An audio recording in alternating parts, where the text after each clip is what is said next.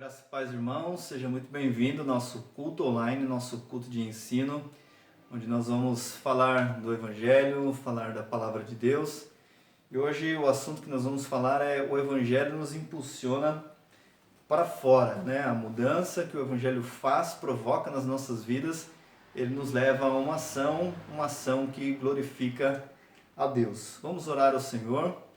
E neste momento vamos pedir a Ele que Ele nos ajude, abra os nossos olhos para compreender a Sua palavra e o Seu nome seja glorificado. Pai, em nome de Jesus, nós Te louvamos, Te bendizemos, glorificamos o Teu nome, pedimos a Deus a iluminação do Teu Espírito, que a Tua palavra fale aos nossos corações, o Teu nome seja glorificado e a Tua igreja seja edificada. Queremos Te conhecer mais e mais, saber mais, Senhor, dos Teus preceitos e estatutos para as nossas vidas, para que o Senhor nos guie pelo caminho reto, pelas veredas da justiça, e o Teu nome seja glorificado. Abençoa a Tua igreja neste período difícil que temos atravessado e nos ajude a confiar no Senhor. Assim nós oramos e pedimos e Te agradecemos em nome de Jesus. Amém. Bom, irmão, nós vamos começar aqui o nosso ensino da Palavra de Deus.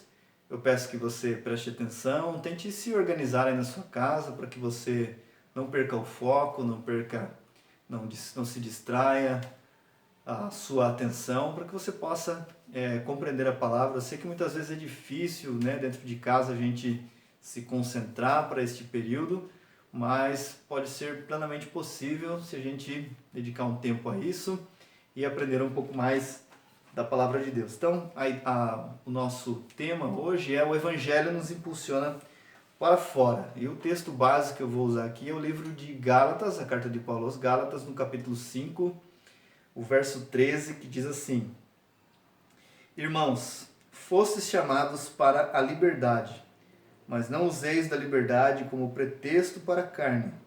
Antes, sede servos uns dos outros pelo amor, né? O objetivo aqui do nosso culto, do nosso ensino é, como já foi dito, ver os impulsos do Evangelho, a transformação que ele causa em nós. E isso agora vem de uma ação de dentro para fora, uma obediência alegre, feliz, sabendo que nós somos resgatados para este propósito, para obedecer a Deus e servir as pessoas em amor. Então nós vamos compreender a diferença entre liberdade e libertinagem, na operação do Evangelho em nós, para ir além de nós, para sair do centro de nós mesmos, para ir em direção ao outro. Bom, o apóstolo Paulo estava tratando alguns problemas da igreja da Galácia, onde eles estavam correndo para um outro evangelho, voltando a velhas práticas judaizantes e tudo mais.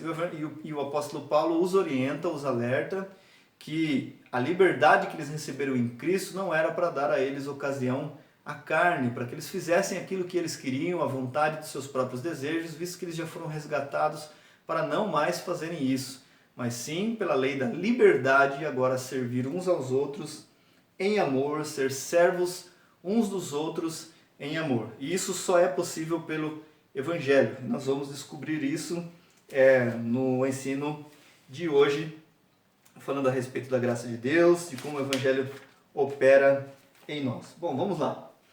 O texto nós já lemos, que é Gálatas capítulo 5 e o verso 13, mas vamos aqui falar a respeito do assunto que nos é proposto, que é o seguinte. Primeiro, nós temos uma tendência de fazer com que o Evangelho seja uma realidade individual, né? E isso é uma coisa que tem afetado muitas pessoas e pode afetar a qualquer um de nós, a partir do momento que nós enxergamos o Evangelho só para as nossas vidas. O Evangelho não é algo individualizado.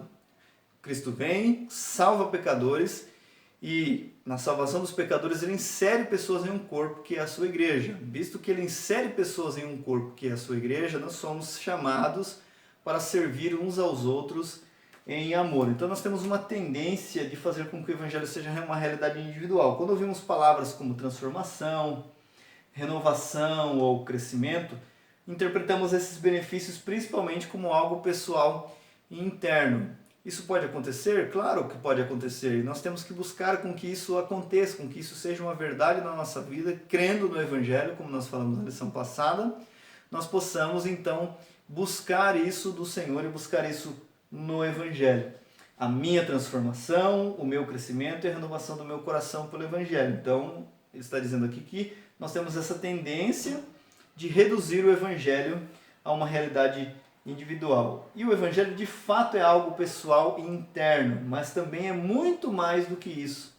Quando a graça de Deus opera sobre nós e em nós, ela também vai operar fora, por meio de nós.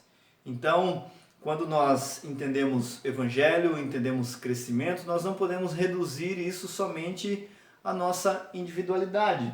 É algo pessoal? Sim. É algo interno? Sim. Fluido? É pessoal porque vai até você, veio até mim, flui de dentro do coração, é interno, mas ele tem que haver uma ação, e é isso que o Evangelho nos convida e está nos convidando a nos levar a impulsos que façam com que isso seja externalizado em ações que glorificam a Deus. No Sermão do Monte, o Senhor Jesus disse que os homens veriam as boas obras e glorificariam ao Pai que está nos céus, ou seja, as pessoas que receberam a transformação, que agora são bem-aventurados, são pobres de espírito, são bem-aventurados porque choram, as suas obras devem ser vistas para que os homens glorifiquem ao Pai que está nos céus. E nós vamos dar uma ilustração a respeito disso, né? Então, só repetindo aqui, então, quando a graça de Deus opera sobre nós, em nós, ela também vai operar fora, por meio de nós. É interessante que muitos de nós queremos ser instrumentos nas mãos do Senhor, e isso é algo maravilhoso, isso não é algo que nos é forçado, isso deve ser nós devemos encarar isso como um privilégio, e nós podemos ser instrumentos nas mãos do Senhor. Instrumentos nas mãos do Senhor, não somente no ambiente de culto, não somente cantando, pregando, mas na nossa família, para os nossos amigos, com palavras de Deus, edificando uns aos outros, no nosso trabalho, e por aí vai, nós podemos ser instrumentos nas mãos do nosso Deus, para que o seu nome seja glorificado. Então, o Evangelho vai operar em nós, sobre nós, em nós, e vai operar fora, por meio de nós. E nós vamos dar uma ilustração, vai aparecer aí para você um gráfico, né? Da atuação interna no coração e atuação externa com amor por Deus e pelos outros. Então você tem aí essa parte azul, atuação interna, e a parte branca aí, atuação externa com amor a Deus. Olha só, o escritor foi muito feliz em colocar aqui que é o amor a Deus. Somente quando nós amamos a Deus nós podemos amar as outras pessoas verdadeiramente. Atuação interna no coração, atuação externa com amor por Deus e pelos outros. Então, na atuação interna, há um ciclo de que quando nós experimentamos da graça de Deus, do Evangelho, isso ele é como uma força motriz dentro de nós que vai trabalhando em nós e pode operar para fora, por meio de nós, para abençoar a comunidade a qual nós estamos inseridos, as pessoas que estão ao nosso redor, e assim o nome do Senhor ser glorificado. Então, nós temos aqui o constante exercício, que já foi falado em outras ocasiões, de arrependimento e fé. Então vamos começar ali, arrepender-se e exercer fé, experimentar alegria, está no meio, o que está no meio ali? A graça de Deus. Enxergar o pecado. Então somente pela graça de Deus nós podemos enxergar o pecado, arrepender-se e exercer fé, experimentar alegria, e aí tudo vem da graça de Deus. Isso na atuação interna. Na atuação externa, com amor a Deus e pelos outros, nós temos aí enxergar a oportunidade de amar e servir, morrer para si mesmo, agir com fé e regozijar-se. Então é maravilhoso quando a graça de Deus opera no nosso coração e isso não fica retido, não fica guardado. Deus não vai derramar graça na vida de uma pessoa simplesmente para ela guardar, né? Jesus, quando encontrou com muitas pessoas às quais ele realizou cura, perdoou pecados, constantemente ele dizia, olha, vai e diga aos seus quantas coisas grandes Deus te fez. Vai e anuncia, vai, cumpre o teu rito de purificação, no templo. Por quê? Para que as pessoas pudessem ver que a obra de Deus agora estava se manifestando, o reino de Deus estava presente e agindo nos corações. Somente um coração transformado é que pode fazer com que esse ciclo seja uma verdade na vida, de experimentar alegria, arrepender-se, exercer fé, enxergar o pecado e na atuação externa, enxergar a oportunidade de amar e servir, morrer para si mesmo, agir com fé e regozijar-se. E o que está no centro dessas atuações, tanto interna quanto externas, é a graça de Deus. Por isso que o apóstolo Paulo, ele fala para a igreja da Galácia o seguinte: olha, vocês foram chamados para a liberdade, não deis ocasião para agirem de maneira carnal, antes sede servos uns dos outros pelo amor. Então, o servir é a grande manifestação, é uma das atuações do Evangelho que nos faz entendermos como o reino de Deus funciona, e somente pela graça de Deus nós podemos entender isso de uma forma muito mais palpável, digamos assim, onde nós desfrutamos de uma alegria interna que vem do Evangelho. E falando em transformação interna e ao mesmo tempo externa, né, que estão ali muito ligadas uma à outra, uma transformação que Deus vem e opera na vida do pecador, esse pecador se arrepende e agora ele responde com fé e agora ele começa a agir de maneira que glorifica a Deus. Então é contada a história de um avivamento nas Ilhas Britânicas, sob o ministério de W.P. Nicholson, quando multidões de rudes trabalhadores portuários foram convertidos. Tantos bens foram devolvidos por esses homens que os armazéns ficaram lotados. E uma ordem da empresa teve de ser emitida: por favor, não tragam de volta os bens roubados. Tal é a escravidão do cristão, a justiça, e que liberdade abençoada ela é. Então, Deus começou ali a operar salvação, começou a operar nos corações desses trabalhadores. Da onde eu tirei essa citação, o escritor faz questão de colocar como rudes trabalhadores, né? Talvez eram pessoas sem muita instrução, ou desprezadas pela sociedade mesmo pela sua atividade profissional, e por aí vai. Mas quando Deus operou no coração desses homens, quando Deus derramou esse avivamento, eles ficaram tão tocados pela obra do Espírito Santo em sua vida, que eles começaram a devolver tudo aquilo que eles tinham roubado da sua empresa. Irmãos, isso é sinal de uma conversão verdadeira, isso é sinal de uma transformação produzida pelo Evangelho, que vem do coração e que se transforma em ações estas que glorificam a Deus e ao seu Filho Jesus Cristo. Então, o Evangelho, ele não é apenas, observe isso, ele não é apenas a resposta para os nossos pecados, lutas, ídolos do coração. Claro que o Evangelho é tudo isso, né? Ele resolve esses problemas, ele coloca em ordem tudo aquilo que estava desorganizado, destruído pelo pecado. Claro que o Evangelho faz isso, mas ele não é apenas isso. É também a resposta para a minha incapacidade de amar as pessoas, de procurar entender a cultura e de viver em missão. Exemplos: como amar meu vizinho, colega de trabalho que não tem os mesmos gostos, preferências do que eu. Não é mesmo? E o escritor aqui desta lição, ele está falando ele está contando uma experiência pessoal que ele tinha muita dificuldade de dialogar com o vizinho, porque ele ia conversar, o vizinho desconversava o assunto, falava de uma outra coisa e tal, e ele falou assim: poxa, como é difícil conversar com essa pessoa, ela não tem os mesmos gostos que eu. Se eu falo de uma música, ele fala da guerra do Vietnã, né? Os americanos têm muito essa questão de das pessoas estarem envolvidas no serviço militar.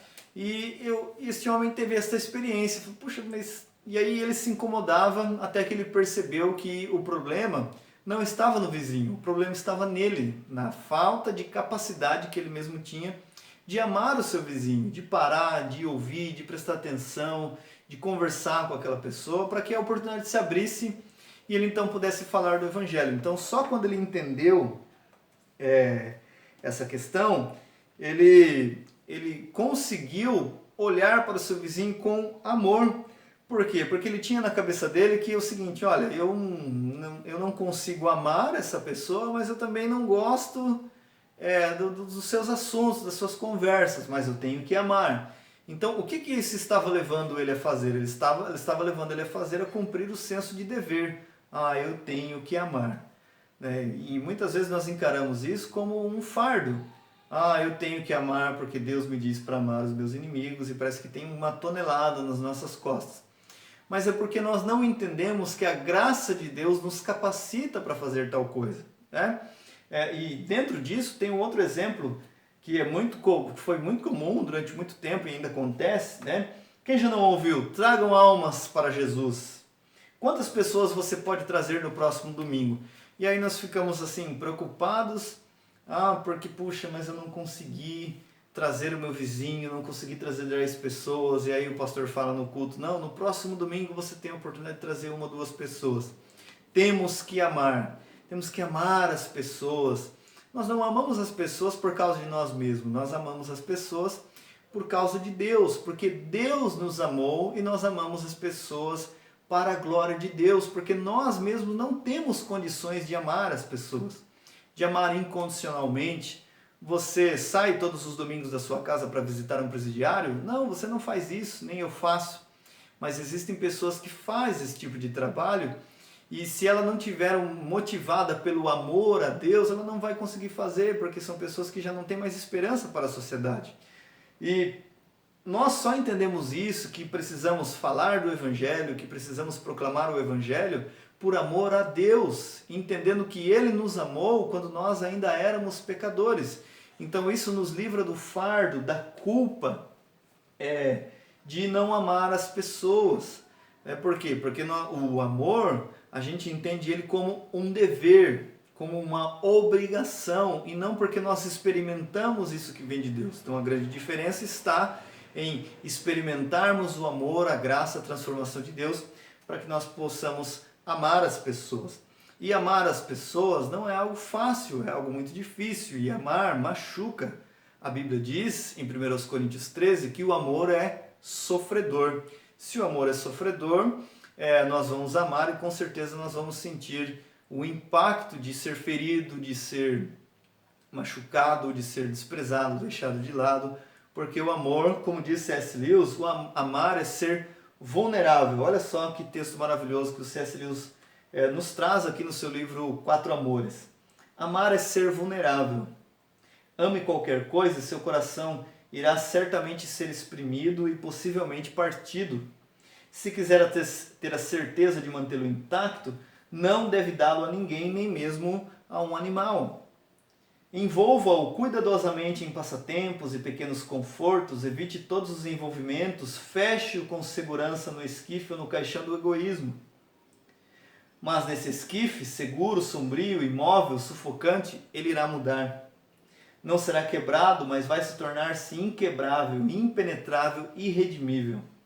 Alternativa para a tragédia, ou pelo menos para o risco da tragédia, é a danação. O único lugar fora do céu onde você pode manter-se perfeitamente seguro contra todos os perigos e perturbações do amor é o inferno. Forte, não é? Pesado, não é? Mas é uma grande realidade, porque amar envolve sofrimentos. E a Bíblia nos diz que Deus amou o mundo e Ele entregou o seu Filho, e Ele viu o seu Filho ser moído na cruz do Calvário. Cordeiro morto desde a fundação do mundo. Deus estava em Cristo reconciliando a humanidade. E Deus é um Deus que, o Salmo 86, se não me falha a memória, Deus é um Deus sofredor, porque o amor machuca. A prova disso é que Cristo foi golpeado, ferido na cruz do Calvário para nos reconciliar com Deus. Então, se nós queremos um conforto, se nós queremos não nos incomodar com nada, é só não amar, é só se isolar no caixão do egoísmo, como o C.S. Lewis diz aqui, e deixar com que tudo aconteça, né? Então ele fala que o único lugar fora do céu onde você pode manter-se perfeitamente seguro contra todos os perigos e perturbações do amor é o inferno, porque amar é ser vulnerável, amar é sofrer.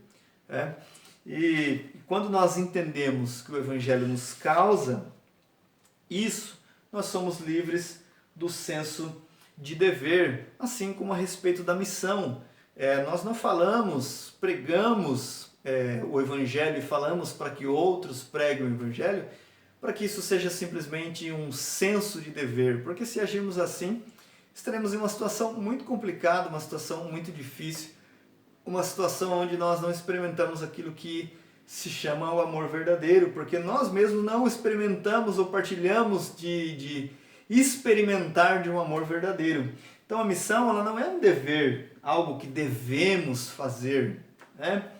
É sim um transbordar natural da operação do Evangelho em nós, da operação do Evangelho dentro de nós.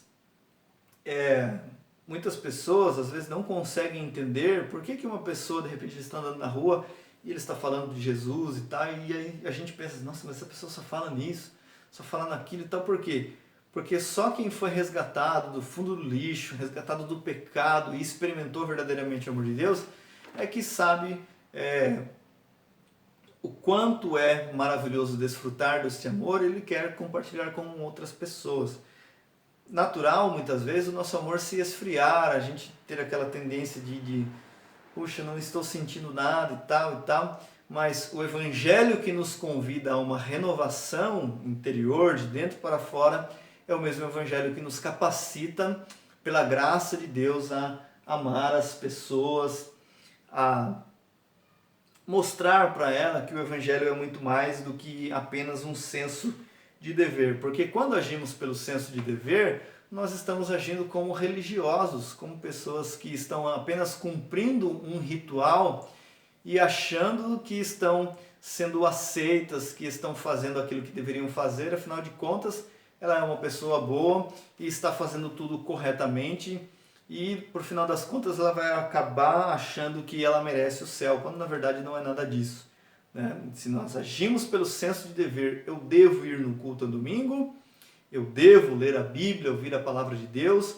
ou eu desejo ouvir a palavra de Deus, desejo ir ao culto porque eu recebi uma transformação. Há uma grande diferença em relação a essas coisas. Então a maioria de nós acaba se confrontada com esse dilema. A maioria das pessoas acaba se confrontando com esse dilema. Então nós nos contentamos com o quê? Com uma obediência fria, que seria o legalismo. Olha, eu obedeço uma série de coisas, então está tudo ok, está tudo certo, não preciso fazer mais nada, não tenho nenhum desejo, nenhum amor, nenhum vigor no meu serviço a Deus, né? Obedecer mesmo que não sinta desejo, isso é legalismo. Ou então a licenciosidade. Lembra que eu falei no início a diferença entre liberdade e libertinagem? Nós somos livres em Cristo, mas nós não somos mais, se compreendemos a graça de Deus, livres para pecar. Nós somos livres do pecado e não temos mais prazer no pecado, né? Então, pode acontecer com alguém que ele caia nos extremos. Ou ele obedece, eu faço tudo, mesmo que não sinta desejo, não sinta nenhuma transformação, nenhum vigor, nenhum frescor espiritual. Ou então, ser alguém libertino, alguém que pratica a licenciosidade, que não quer obedecer nada. Afinal de contas, Deus é amor mesmo, Ele conhece o meu coração e está tudo certo, está tudo resolvido. Não, não está. Então, nenhuma dessas duas alternativas é Evangelho. O Evangelho é a graça de Deus, o Evangelho da graça, melhor dizendo, é o combustível para a missão. E quando ficamos com pouco combustível, nosso amor e nosso serviço aos outros ficam desgastados. Então, não pense você que de repente, poxa, mas eu não amo as pessoas e tal. Isso é a sua incapacidade de amar. Isso é natural, é uma tendência pecaminosa que pode ser vencida através da graça de Deus, e o Senhor é poderoso para nos ajudar a fazer isso. E nos tirar da estagnação. Quando nós experimentamos de um fluir da graça, nós não vamos ficar estagnados e muito menos se sentir inútil. Será que o sentimento de inutilidade chega ao nosso coração? Será que um sentimento de estar parado e não estar fazendo nada chega ao nosso coração? Ou esses sentimentos não chegam? Se esses sentimentos não chegam, nós não temos nenhuma preocupação espiritual. Eu acho que nós precisamos de um despertar do Espírito muito grande em nossas vidas para que possamos ver quão terrível é o nosso estado de apatia, de desinteresse pelas coisas de Deus. Se por outro lado estamos conscientes da nossa incapacidade, poderoso é o Senhor para nos ajudar e nos dar graça e nos abençoar para que o Evangelho seja o combustível para a nossa vida. Lembra que eu falei do vizinho aqui, do exemplo que ele fala, e ele continua: a resposta para meu dilema com o meu vizinho veio pelo Evangelho. Quando a graça de Deus começou a renovar meu coração, enxerguei a raiz do problema em meu próprio egoísmo e minha falta de amor. O mais culto... meu amor por meu vizinho era condicional. Se ele fosse mais jovem, mais culto, ou tivesse mais coisas em comum, eu o teria valorizado mais. Olha só, isso é uma honestidade que agrada a Deus, porque ele conseguiu enxergar o erro que ele estava cometendo. Comecei a arrepender-se desse pecado e renovar a minha mente pelas promessas do Evangelho, especialmente pelo fato de que Deus me amou, enquanto ainda eu era o pior pecador. Bom, isso é um testemunho muito interessante que nos mostra como a graça de Deus capacita e ajuda-nos a vencer e nos impulsionar para ir para a ação e servir uns aos outros em amor. Não ser um cristão que, e aí, meu irmão, como é que tá? Tá tudo bem? Tá tudo indo bem, muita luta, muita prova, sabe como é que é? Servir a Deus é muito difícil e tal e tudo mais, né? Muitos cristãos que hoje nós lemos a respeito deles, ouvimos falar a respeito deles, foram pessoas que eram pecadoras tanto quanto eu e a você, mas que confiaram na graça de Deus a tal ponto de entenderem que a graça de Deus é a força maior, é a força motriz, é o combustível que nos ajuda e que nos anima, que nos faz vencer pelo Evangelho, né? E aí ele prossegue falando que esse foi um sentimento que não foi ele que deu forma para isso, nem algo que surgiu naturalmente. Muito pelo contrário, foi por causa da renovação interna do Evangelho que o impulsionou para fora em amor e serviço ao seu próximo.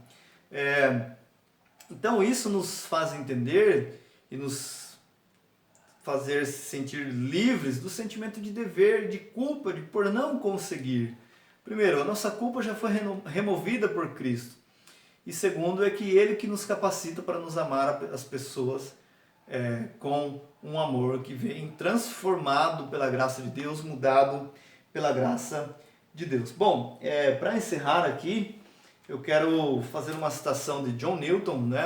Aquele homem famoso que escreveu o hino Amazing Grace, ou Maravilhosa Graça, como nós conhecemos em português. Eu quero desde já agradecer ao Cleiton aí pela citação que ele me enviou. É uma citação maravilhosa e muito oportuna para o assunto que nós estamos tratando hoje. Então John Newton diz: nunca espere encontrar o homem que conhece seu próprio coração, que dirá que sempre é fiel, diligente e obediente na completa extensão de sua habilidade.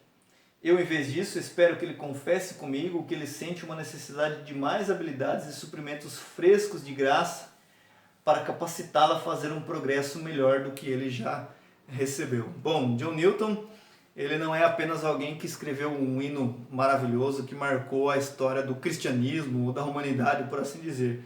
Ele foi um pastor muito consciente da sua condição pecaminosa, mas também muito consciente da graça de Deus que salva pecadores. A maravilhosa graça, tanto é que ele escreveu um hino com esse título, a graça maravilhosa, né?